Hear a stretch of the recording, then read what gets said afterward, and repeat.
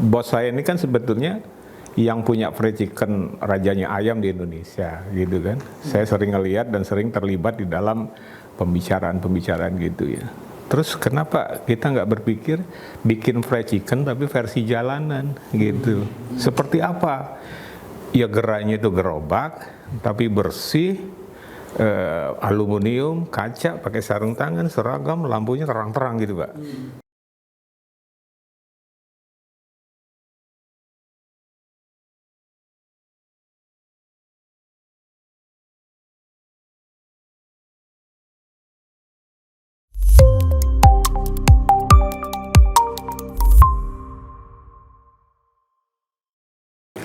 Iya, bismillahirrahmanirrahim. Assalamualaikum warahmatullahi wabarakatuh.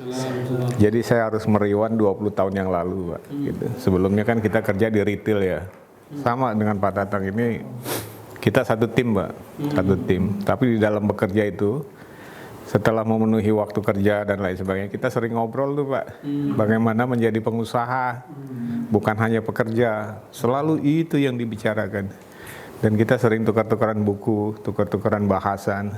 Salah satunya itu Tei Kiyosaki itu kalau zaman dulu Pak, gitu kan. Cerita tentang kuadran. Bukan? Iya, ada rich. Iya, ada yang bapak kaya, bapak miskin kayak gitu-gitu kan. Tapi itu sebetulnya cerita awal aja Pak. Jadi berdasarkan itu menjadi sumber motivasi.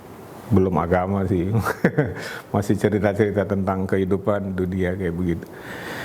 Nah kemudian dari ide-ide situ kita harus jalani dunia pengusaha, bukan hanya jadi pegawai gitu. Kalau pegawai kita udah punya limitasinya tuh, akan ini dan ini. Ini serialnya panjang nih Pak, nanti berkembang. Nah kemudian kita selesai dari pekerjaan di retail itu, Pak Tatang pisah tuh sama saya, beliau ke kampung halaman. Walaupun pada saat itu sebetulnya kita ada bisnis buat deterjen. Jadi yang seperti Rinso tapi versi UMKM-nya gitu, Pak. Jadi UMKM ini kita punya pabrik tapi teknologinya nggak secanggih itu. Kita hanya dry mixing gitu. Karena kita punya tenaga ahli juga kan di situ. Pak Tatang tuh sebetulnya dalam periode itu termasuk salah satu penjual kita, Pak. Di deterjen itu yang bisa menghabiskan yang generik yang buat apa mesin cuci itu, Matic itu bisa 5 ton ya, 5 ton itu sebulan gitu. Dengan hanya iklan-iklan 2 baris yang di Kompas kemudian dikomunikasikan. Jadi memang beliau punya ketelatenan soal-soal gitu. Nanti kalau dicerita tarik di belakang sebelum bisnis ini di tempat kerja kita juga ada cerita khusus itu sesi. Tapi saya cut di tengah aja nih kan gitu.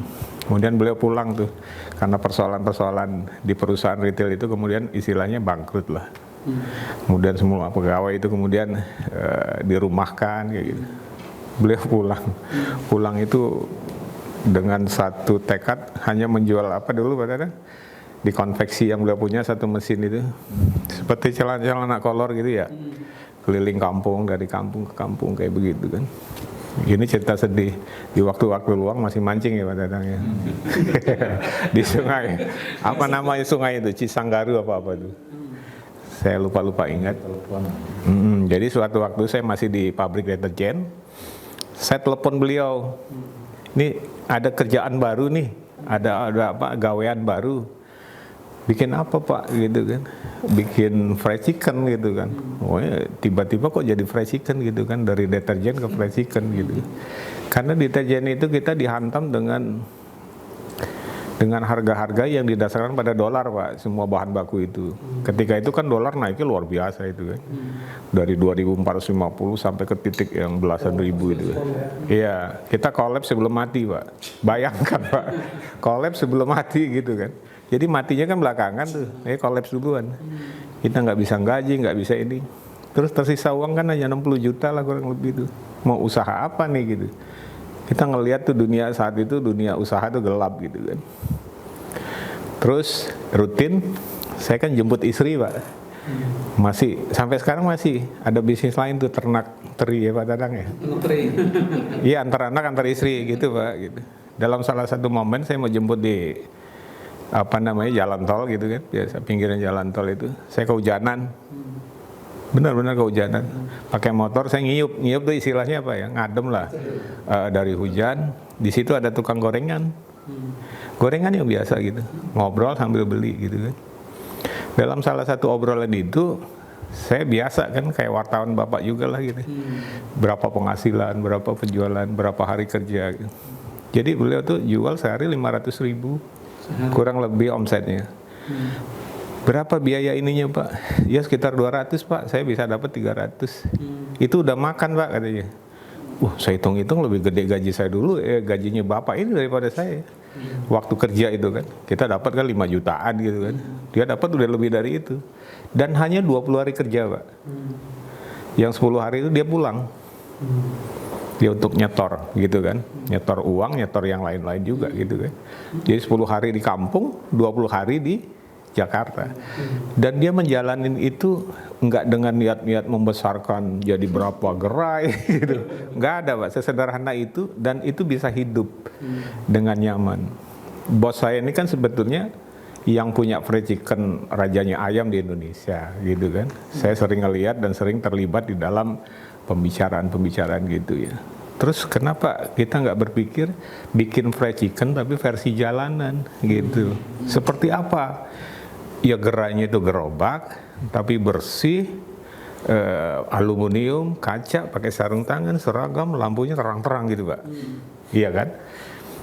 Saya bilang sama Pak Tatang, yang ini Pak, saya telepon beliau, bisa nggak ikutan di sini? Qadarullah, waktu itu Pak Tatang tuh di sungai lagi mancing katanya kan, Vespanya diamprokin aja tuh di pinggir sungai, ditinggal juga nggak ada yang ngambil tuh katanya gitu kan, karena dia bisa belok sendiri Pak. Gitu. Apa namanya? Vespanya ini kan cerita lucunya ini kan gitu. Jadi waktu mancing itu beliau antara mau pergi emang enggak gitu kan. Saya bilang apa persoalannya? Rupanya kos gitu kan. Ada duit apa enggak? Saya cerita gini nggak apa-apa Pak Tatang ya, karena ini realita kan gitu. Akhirnya ya qadarullah pergi gitu kan ke sini. Terus kita jelaskan konsepnya itu kan. Kita bikin gerobak aja gitu kan. Ayam goreng seperti fried chickennya bos kita itu, tapi orang di jalanan gitu. Kita ambil momen orang kalau mau beli ayam goreng, ketika itu belum banyak Pak. Baru ada satu dobi-dobi itu kalau nggak salah dulu. Iya, itu pun masih gerobak kecil. Kalau kita udah lebih terang benderang gitu kan. Ambil posisi di depan Indomaret yang rame itu. Nah kemudian qadarullah omsetnya lumayan Pak, 9 ekor. 9 ekor tuh untungnya udah gede Pak. Udah gede. Dari 9 ekor itu kemudian tumbuh 30. Sampai kemudian tempatnya itu karena terlalu ramai, Indomaretnya nggak ngizinin. Kita disuruh pindah. Ya kita dorong-dorong lah gerobak tuh sama Pak Tatang. Pindah ke seberangnya itu kira-kira ada 100 meter kita dorong. Kita buka di situ. Qadarullah begitu pindah Pak, melejit. Jadi kita harus bikin yang awalnya pakai wajan gitu harus ada 2 tower. Nah di sini saya kaitkan pertumbuhan kita di fried chicken itu sosok Pak Tatang nih kan. Pak Tatang di situ kan sebagai, kalau sekarang apa istilahnya, manajer lah ya, manajer gerai gitu kan. Karena ada beberapa orang di bawahnya kan. Yang kita alami di dalam peledakan itu di awal-awal itu, ya kita memperbaiki terus ya, mutu makanannya itu, rasa, tepung dan lain sebagainya. Tapi itu sesuatu yang baru buat masyarakat situ Pak. Jadi kemudian di situ pada hari di Villa Nusa Indah. Jadi ketika sore hari itu, itu udah kayak kondangan Pak. Ada beberapa mobil, ada puluhan motor parkir di situ rebutan. Sampai harusnya dikasih nomor antrian gitu, karena 126 ekor di masa-masa awal kita nggak paham fried chicken gitu, tiba-tiba kita menghadapi situasi yang demikian mengejutkan gitu. Dalam salah satu peristiwa ada pelanggan nih yang diselak Pak gitu ya, paham diselak ya. Jadi yang ini didulunya dia marah tuh, kebetulan yang jaga Pak Tatang. Itu ayamnya dilempar Pak, ya pokoknya kecewa, dia pulang gitu ya. Nah kita kan lagi belajar tentang customer services gitu kan. Saya bilang sama Pak Tatang, itu kesempatan kita sebetulnya untuk memperbaiki hubungan dengan pelanggan. Tapi juga tanpa sepengetahuan saya, karena itu laporan aja. Kemudian Pak Tatang mencari itu, mendatangi pelanggan yang kecewa tadi Pak. Kemudian digantikan dengan diskusi yang baik. Itu sekarang jadi pejuang, istilahnya gitu kan. Karena dia bisa dinetralisir gitu. Nah, budaya seperti itulah kemudian mewarnai Hisana yang sudah sebesar ini. Nah, kembali lagi ke gerai-gerai itu, Pak. Di situ kita mulai mengalami pertumbuhan. Menjelang tahun kedua, di tahun pertama saya masih sama Pak Tatang, Pak, masih membangun impian. Saya bikin namanya Master gitu kan. Master Fried Chicken gitu, Pak. Sempat berkembang 4, terakhir itu 8. Kemudian 8 ini Pak Tatang izin, Pak saya mau bangun sendiri, istilahnya counter gerai saya sendirilah di sini, di Harapan Indah. Diskusi kita waktu itu namanya harusnya memang jangan Harapan Indah ya, Kenyataan Indah ya. Diskusi yang menyemangati aja Pak, beliau datang dengan kakaknya kan. Hari itu kita putuskan, ya sudah ini memang mungkin takdirnya harus begitu kan. Setahun kita nggak ketemu ya Pak Tatang ya. Kemudian setahun kemudian kita janjian, mau ketemu, mau ngeliat gerai. Rupanya gerainya udah dipindah dari dalam gang ke depan yang sekarang dinamakan tuh Gerai Pejuang. Tadinya ada konter buah, numpang gerobak di situ. Ada diskusi-diskusi kecil, ini kan lehernya di sini nih. Jadi kalau orang harus pulang semua mapak sini, ini gerainya miringin sedikit lah gitu ya, biar kelihatan terang gitu. Nah ini qadarullah yang kedua, rupanya di situ Pak titik baliknya Hisana nih, kalau cerita Hisana titik balik. Yang Master itu ditutup aja Pak sejarahnya, karena ini hari ini tentang Hisana kan gitu. Tapi nanti kita bermitra lagi yang lain-lain lah, itu banyak cerita, banyak bab lah Pak di situ. Kemudian tumbuh Pak, ada 40 ekor, 50 ekor. Dan kemudian tidak terkendali gitu, tidak terkendali pertumbuhannya Pak. Dibikin gerai sini laku, dibikin di sini, karena memang itu baru pertama kali itu ayam Kentucky versi jalanan lah istilahnya, dibangun secara serius. Tahun berapa itu? Itu jatuh 2006 lah sekitar, kita masih 2005 masih bareng-bareng. 2006, hari ini 17 tahun kurang lebih. Berkembang pesat Pak, di mana yang dibangun bagus. Dulu kantor di sana nggak di sini, di rumah. Di antara Pak Tatang dengan kakaknya juga ada pelecehan ya. Ini kita harus mencari 1000 ekor sehari ini gitu. Kakaknya meragukan ya, gitu kan. Mana bisa 1000 ekor sehari gerobak gitu. Nggak lama tercapai Pak gitu kan. Itu tahapan penting juga itu Pak. Jadi ternyata ada batas-batas psikologis yang kemudian bisa ditembus dengan ikhtiar dan doa tadi kan. Nah itu perjalanannya seperti itu. Kemudian masuk formulator dan lain sebagainya, si A, si B, si C masuk dalam manajemen kan. Allah pertemukan itu Pak. Kemudian yang dulu kita kesulitan di dalam bumbu dan lain sebagaimana itu terpecahkan. Akhirnya kita bisa bikin bumbu yang nggak kalah lah dengan rajanya ayam gitu. Kalau Bapak nyoba hari ini ayam Hisana, itu pasti menemukan apa yang saya bicarakan hari ini tuh gitu. Jadi memang luar biasa. Setelah itu pertumbuhannya jadi pelipat gandaan.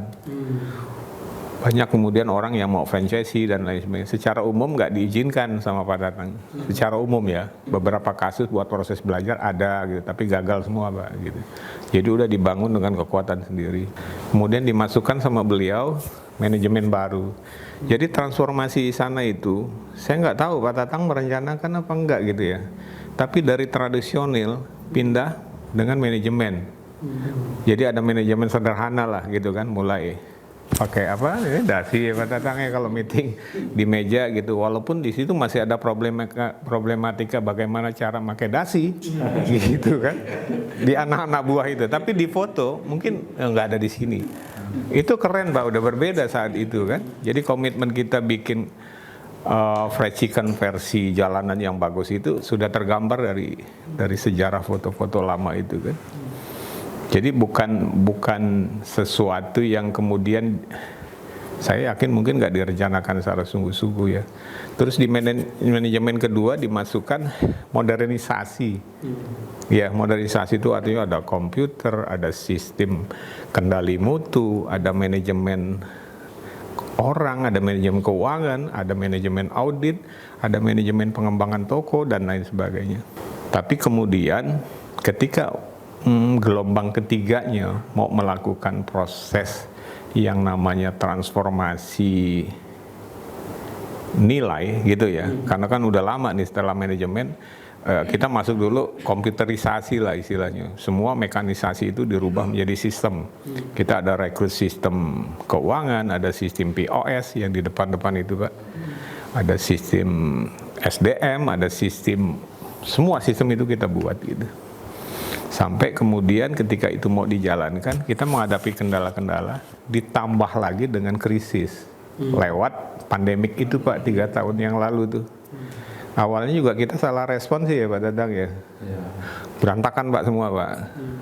Nah kemudian kita berpikir tentang keadaan-keadaan ini apa akan begitu terus gitu kan.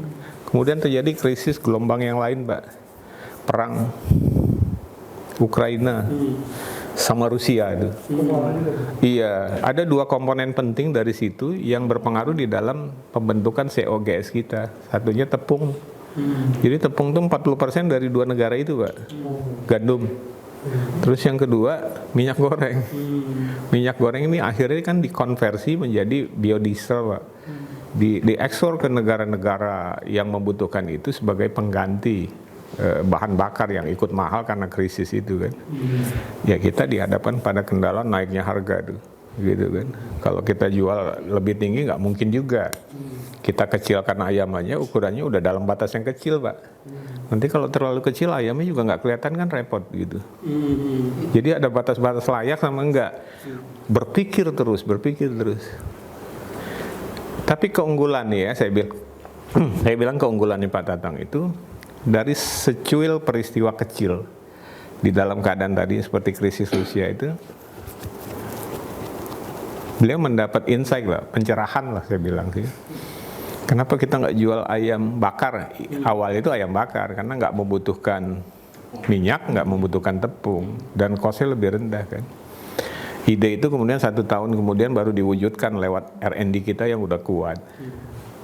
Ujung-ujungnya adalah ayam rotisserie itu yang pakai panggangan berputar gitu kan. Hari ini udah lumayan perkembangannya bagus, positif dan sangat inovatif lah, di pasaran diterima. Jadi ada titik baru hari ini Pak. Jadi secuil peristiwa kecil itu kemudian bisa di insight gitu ya, di dalam pikirannya ini ruang gitu. Tapi ini kan kembali lagi kalau di manajemen kita itu ada 3 keadaan Pak yang bisa untuk melakukan perubahan. Jadi yang saya sering juga sih sampaikan ke kawan-kawan itu, untuk melakukan perubahan itu harus ada 3 syarat yang utama. 1, mindsetnya itu disamakan dulu Pak. Gitu. Kalau mindsetnya nggak sama, arahnya itu kemana-mana Pak, macam susah mengendalikannya itu. Bahkan di dalam tingkat pembicaraan itu jadi perdebatan yang nggak selesai-selesai gitu. Jadi mindset. Setelah mindset bagus, attitude-nya, perilakunya dirubah. Melakukan perubahan attitude menyesuaikan dengan mindsetnya. Tapi 2 ini nggak cukup. Jadi kita bilang harus ada 1 lagi yang namanya meningkatkan skillnya sama knowledge tentang dunia ayam itu. Kalau ini 3 kita udah punya, kita bisa melakukan perubahan-perubahan. Tapi bagaimana perubahan itu dilakukan di gerai? Nah ini problematika aja kan. Kemudian kita menemukan katakanlah usulan atau rumusan itu. 1, kita harus inovatif. Baik dalam prosedur, dalam produk, dalam hal-hal yang menyangkut pendekatan terhadap perilaku pembelian konsumen, apapun lah, termasuk politik, ekonomi, makro dan lain sebagainya kita baca gitu. Jadi kita harus inovatif di situ. Setelah inovatif, kita fokuskan bukan pada hal-hal yang di luar gerai kita. Jadi yang kedua, langkah yang kita lakukan adalah tata kelola gerai diperbaiki Pak. Tata kelola SDM diperbaiki. Kemudian hari ini, tahun ini kita menemukan apa yang dinamakan dengan model Hisana Siap. Ya, siap itu artinya berorientasi kepada pelanggan. Ada 10 pelayanan pelanggan. Ini kebetulan saya nggak ingat semua. Karena 10 pelayanannya itu luar biasa. Tapi nanti bisa di-sharing sih itu ya. 10 pelayanan pelanggan ini ampuh Pak menyelesaikan masalah-masalah yang tadi kita hadapi gitu kan. Terus yang ketiga, speed Pak, kecepatan untuk melakukan perubahan, karena ini berkaitan dengan cost, dengan kesempatan-kesempatan yang ada di depan itu kan harus diraih. Jadi kalaupun salah tindakannya, dia harus cepat mengambil keputusan untuk melakukan perubahan-perubahan lagi gitu. Jadi berdasarkan ini, hari ini kita berada pada posisi yang secara relatif alhamdulillah kita sudah pada posisi yang bagus gitu ya. Terus di dalam kerangka yang sama dimulai dari pertengahan yang kemarin itu kita udah melakukan transformasi, Pak. Salah satunya di gedung ini tuh ada tuh tandanya tuh, Pak. Baca ya, Pak ya. Namanya Gedung Mi'raj 5560. Bapak pasti udah khatam soal itu tuh. Hal jazaul ihsan ilal ihsan gitu kan. Tidak ada kebaikan kecuali dibalas dengan kebaikan pula. Mi'raj itu perjalanan tegak lurus, Pak. Jadi itu filsafah di sana hari ini. Makanya dibangun gedung ini namanya Gedung Mi'raj. Karena yang sebelumnya kan kita Isra, perjalanan dari satu titik ke titik lain itu dengan cepat. Sekarang naik, Pak, gitu. Nah, naiknya itu berapa? Allah nanti yang akan memberikan petunjuknya gitu. Kita jalanin aja. Jadi nama gedung ini Mi'raj 5560 dengan berbagai falsafah yang ada di Pak Tatang itu coba kita kembangkan. Kemudian hal-hal lain yang menyangkut pemberdayaan masyarakat. Kita kan pernah juga ke Gunung Tampar sana ya. Kita kan diberi pencerahan juga, Pak. Sebetulnya Ustadz Abdul Rahman ya, itu pernah menyampaikan satu materi itu di ruang itu. Saya bisa tangkap si intisarinya ya. Intisarinya perubahan masyarakat itu membutuhkan kerja-kerja di lapangan, bukan hanya dibicarakan gitu. Intinya kayak gitu. Hari ini kita pakai juga tuh falsafah itu tuh. Karena beberapa evaluasi kita belakangan, ternyata gerai-gerai yang sukses, kepala-kepala yang sukses itu mereka melakukan. Ketika sebagian orang hanya membicarakan gitu. Yang membicarakan terlambat gitu. Memang pintar bicara ya, tapi tidak melakukan gitu. Nah, itu perbedaannya kan sekarang gitu. Nah, keempat periode sekarang ini mungkin ya kegelisahan di kita, di Pak Tatang, di saya ini sebenarnya lama kerinduan ya untuk pemberdayaan itu. Jadi harus ada transformasi nilai gitu ya. Nilai-nilai syariah dan lain sebagainya. Maka beberapa tahun lalu mulai dibentuk Dewan Syariahnya lah gitu untuk mentransformasi apa yang boleh, apa yang tidak boleh gitu kan. Do dan don't di dalam kaitan kita melihat tugas dan fungsi manusia ini ke depan itu seperti apa gitu. Di kita sempat juga mikirin kayak gitu-gitu, Pak. Karena kan ada kesadaran kolektif itu sering kali mengingat itu kematian, apalagi umur-umurnya udah 50-60, itu kita sering saling menasehati gitu loh, Pak. Ada kalanya kita bertandang ke ulama ini, kita begitu depres gitu, dalam semangatnya tinggi gitu, tapi begitu masuk ke dunia ini lagi, dunia ayam lagi, berbeda lagi, Pak, gitu. Jadi naik lagi ke dunianya gitu kan. Jadi akhirnya apa ya garis yang harus kita ambil sih sebetulnya? Barangkali kita memang ditakdirkan di dunia ini gitu ya. Allah alihkan itu di situ untuk berkiprah membangun pemberdayaan masyarakat dari sisi bisnis. Mungkin agamanya nggak sebagus itu gitu ya, nggak seperti orang-orang yang kita kenal gitu ya. Tapi kita bagian dari orang yang mencoba menerapkan perbuatan itu daripada membicarakannya saja gitu. Jadi secara umum Hisana hari ini adalah Hisana yang tanda kutip lah ya, udah mengikuti nilai-nilai syariah, diantaranya ya berbagi, Pak, gitu. Berbagi itu dalam bentuk apa? Banyak sih, Pak, yang sudah dilakukan. Ada Hisana Berkah, ada macam-macam gitu. Berarti lahirnya bisnis ayam goreng tepung ini memang Pak Agus dan Pak Tatang yang enggak, Pak, banyak inspirasinya. Karena perusahaannya ambruk, kita dipecat gitu. Gara-gara dipecat. Jadi hari ini kita bersyukur karena dipecat gitu. The power of kepepet.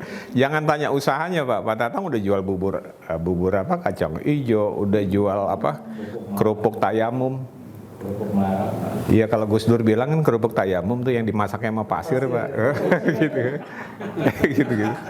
Sudah dijalanin, Pak. Saya juga begitu, udah bikin gini. Tapi akhirnya kita ditarik ke ayam goreng, dan ayam goreng versi jalanan ini alhamdulillah nih kalau diurut-urut anak cucunya mungkin udah ribuan Pak gerainya gitu. Bahkan konglomerat ngikut gitu. Ikut menikmati pembesaran isu atau bisnis ini gitu. Jadi sekarang juga kita berhadapan dengan konglomerat ya Pak Dadang ya. Awalnya lihat gorengan. Awalnya ngeliat gorengan Pak gitu. Ini asbabul nuzulnya ya. Sederhana, mungkin itu yang dimaksud petunjuk kali ya. Kalau dalam konteks hari ini kita bisa melihat lebih jernih. Kenapa itu gorengan kita nggak jual gorengan, malah jualan ayam. Rupanya terhubung karena bos saya tuh bosnya ayam goreng nomor 1 kan, Raja Ayam. Jadi menggabungkan semua insight tadi, pencerahan tadi menjadi kenapa gua nggak bikin ayam goreng versi jalanan ini yang bagus begini-gini dengan prosedur yang kayak gini-gini.